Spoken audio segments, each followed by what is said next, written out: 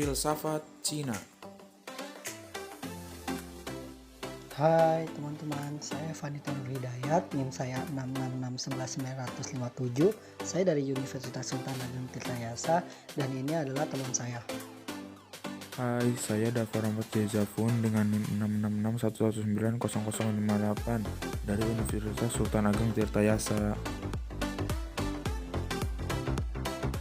Filsafat Cina adalah salah satu dari filsafat tertua di dunia dan dipercaya menjadi salah satu filsafat dasar dari 3 filsafat dasar yang mempengaruhi sejarah perkembangan filsafat dunia di samping filsafat India dan filsafat Barat.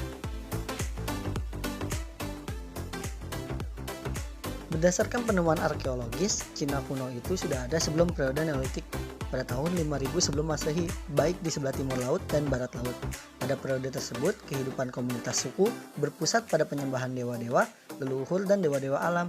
Yang dikenal pada periode ini adalah budaya Yangzhou, Duankou, Liangce, Hongsan, dan benda-benda yang dikeramatkan dan tempat penyembahan. Filsafat Cina dibagi atas 4 periode besar, yaitu yang pertama zaman klasik pada tahun 600 sampai 200 sebelum Masehi, yang kedua zaman Neo-Taoisme dan Buddhisme pada tahun 200 sebelum Masehi sampai 1000 Masehi, yang ketiga zaman Neo-Konfusianisme pada tahun 1000 sampai 1900 Masehi, dan zaman modern yaitu pada tahun setelah 1900 Masehi. Zaman klasik sendiri terbagi atas Taoisme atau ajaran metafisika, Konfusianisme atau ajaran etika, Yin dan Yang atau keharmonisan, keselarasan dan keseimbangan, Moisme atau cinta universal, Mingcha atau sekolah dialektik, dan Faccia sekolah hukum. Zaman klasik 600 sampai 200 sebelum Masehi. Menurut tradisi, periode ini ditandai oleh 100 sekolah filsafat, 100 aliran yang semuanya mempunyai ajaran yang berbeda. Namun, kelihatan juga sejumlah konsep yang dipentingkan secara umum.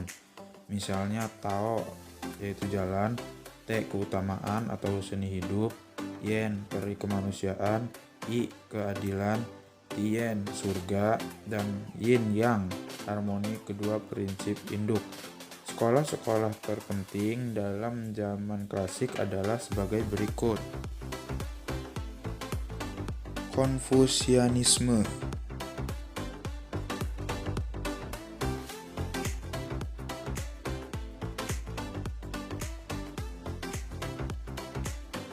Konfusius atau bentuk Latin dari nama Kongfuse, guru dari suku Kung.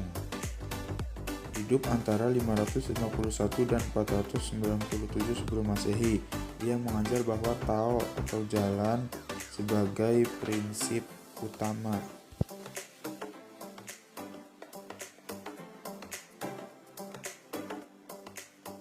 Artinya, manusia sendirilah yang dapat menjadikan Tao luhur dan mulia. Kalau ia hidup dengan baik, keutamaan merupakan jalan yang dibutuhkan. Kebaikan hidup dapat dicapai melalui peri kemanusiaan atau Yen, yang merupakan model untuk semua orang. Secara hakiki, semua orang sama, walaupun tindakan mereka berbeda-beda.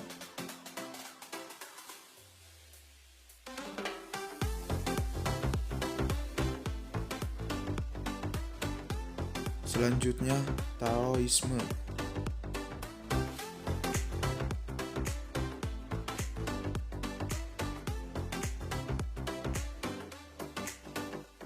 Taoisme diajarkan oleh Lao Tzu atau biasa disebut guru tua yang hidup sekitar 550 sebelum Masehi.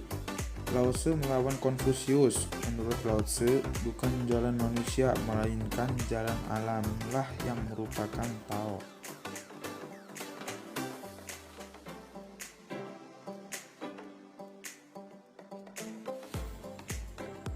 Tao menurut Lao Tzu adalah prinsip kenyataan objektif, substansi abadi yang bersifat tunggal, mutlak dan tak ternamai.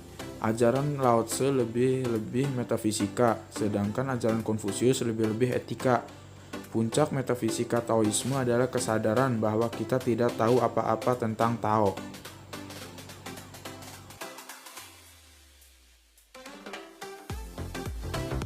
Selanjutnya, Yin dan Yang.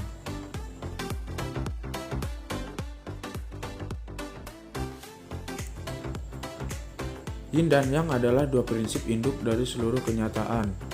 Yin itu bersifat pasif, prinsip ketenangan, surga, bulan, air dan perempuan, simbol untuk kematian, dan untuk yang dingin. Yang itu prinsip aktif, prinsip gerak, bumi, matahari, api, dan laki-laki, simbol untuk hidup dan untuk yang panas. Segala sesuatu dalam kenyataan kita merupakan sintesis harmonis dari derajat yin tertentu dan derajat yang tertentu. Selanjutnya, Moisme.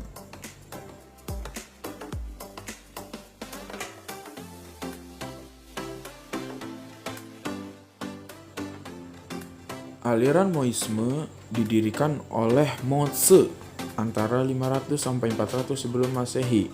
Mo Tse mengajarkan bahwa yang terpenting adalah cinta universal, kemakmuran untuk semua orang, dan perjuangan bersama-sama untuk memusnahkan kejahatan. Filsafat Moisme sangat pragmatis, langsung terarah kepada yang berguna. Segala sesuatu yang tidak berguna dianggap jahat.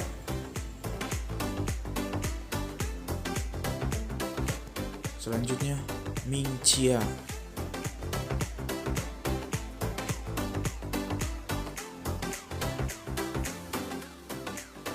Ming Chia atau sekolah nama-nama menyibukkan diri dengan analisis istilah-istilah dan perkataan-perkataan. Ming Chia, yang juga disebut sekolah dialektika, dapat dibandingkan dengan aliran sofisme dalam filsafat Yunani.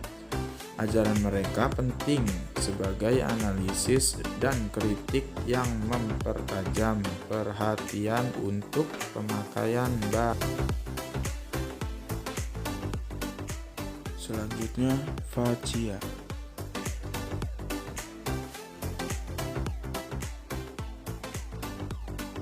Faccia atau sekolah hukum cukup berbeda dari semua aliran klasik lain.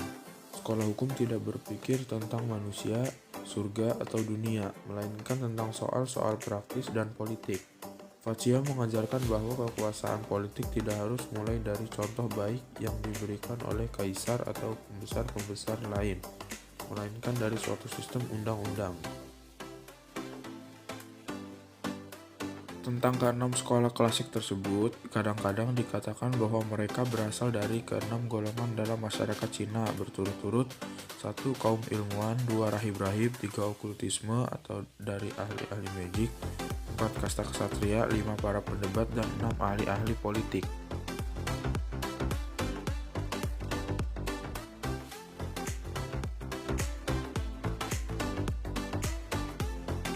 Yang kedua ada zaman Neo-Taoisme dan Buddhisme pada tahun 200 sebelum Masehi sampai 1000 Masehi.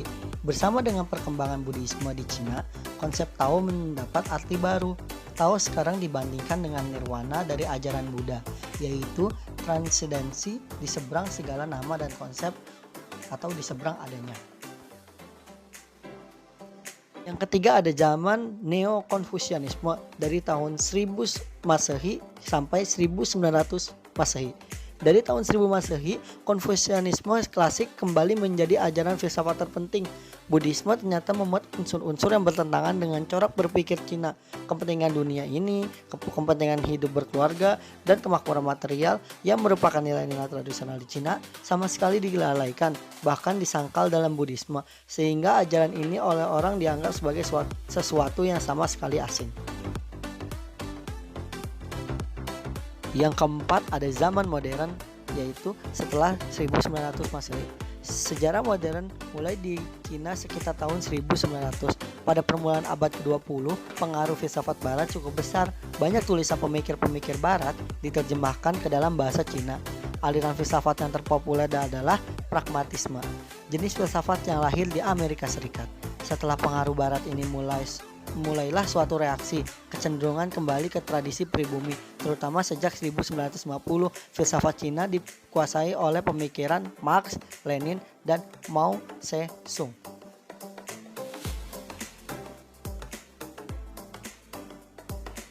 Tokoh filsafat Cina.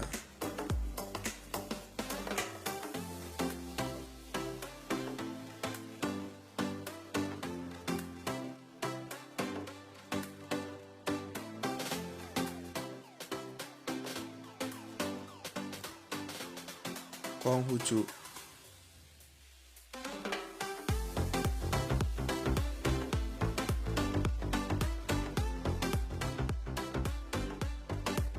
Konghucu merupakan seorang filosof besar Cina. Dialah orang pertama pengembang sistem yang memadukan alam pikiran dan kepercayaan. Orang Cina yang paling besar filosofinya menyangkut moralitas orang per orang dan konsepsi suatu pemerintahan tentang cara-cara melayani rakyat dan memerintahnya lewat tingkah laku teladan yang sekarang telah menyerap dalam kehidupan dan kebudayaan orang.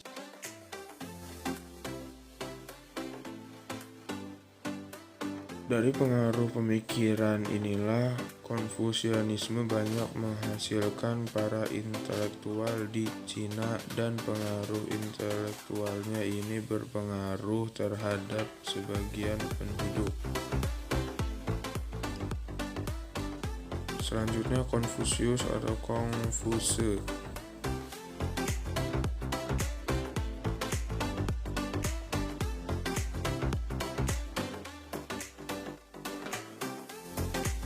Ia dilahirkan pada tahun 551 sebelum Masehi di daerah Lu di Shantung. Konfusius pindah ke Chufu pada usia muda, yakni 17 tahun. Ia diangkat menjadi pengawas kerajaan sebagai pemilik ladang gandum umum dan lumbung pangeran, kemudian menjadi kepala peternakan. Ia seorang yang suka belajar. Pada usia 22 tahun, ia mulai mengajar. Setahun kemudian, ia ditinggalkan ibunya. Menurut adat, ia harus mengundurkan diri dari keramaian untuk berduka cita selama 3 tahun. Keadaan kacau pada masa.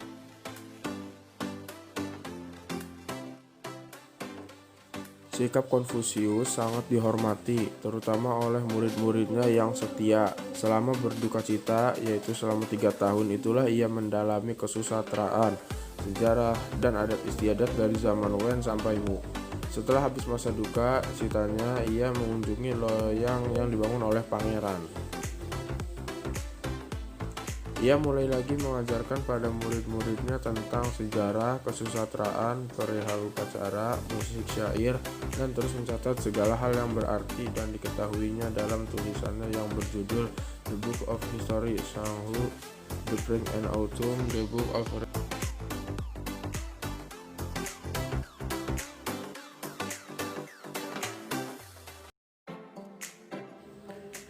Lao Tzu atau Lao Tse.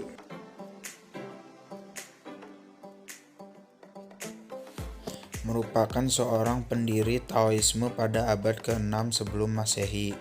Filsafat Taoisme juga terdiri dari aliran Chuang Tzu dan Huang Lao. Di dalam ajaran-ajaran awal tentang Taoisme ini, Tao dipandang sebagai sumber yang unik dari alam semesta dan menentukan semua hal, bahwa semua hal di dunia terdiri dari bagian yang positif dan bagian negatif, dan bahwa semua yang berlawanan selalu mengubah satu sama lain, dan bahwa orang tidak boleh melakukan tindakan yang tidak alami tetapi mengikuti hukum kodratnya. Sikap pasrah terhadap hukum kodrat